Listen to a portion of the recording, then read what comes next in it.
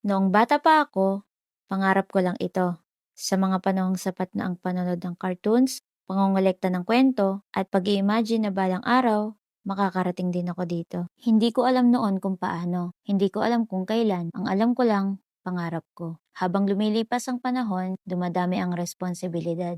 Dumadami ang pagod at mas dumadalas ang araw na inuuna ko ang trabaho kaysa sa sarili kong pangarap. May mga pagkakataong napapatanong na lang ako sa sarili ko, mangyayari pa kaya?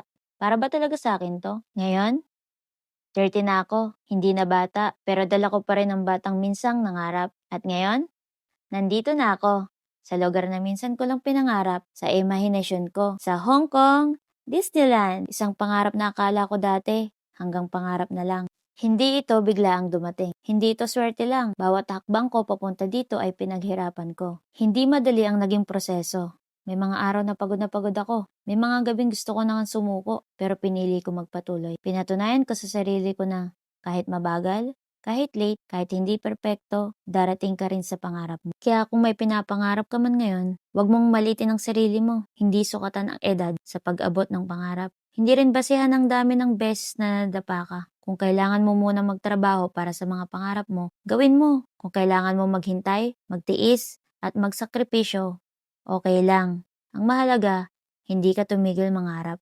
Hindi mo kailangan madaliin ang sarili mo. Hindi mo kailangan ikumpara ang journey mo sa iba. May kanya-kanya tayong oras. Tulad ko, natupad ang pangarap ko sa edad na 30. At masasabi kong worth it ang bawat paghihintay. Kaya sa lahat ng nangangarap pa rin, magpatuloy ka lang. Magtrabaho ka para sa mga pangarap mo. Maniwala ka sa sarili mo kahit walang ibang naniniwala. Dahil balang araw, makakatayo ka rin sa lugar na minsan mo lang pinapangarap. At masasabi mo sa sarili mo, salamat.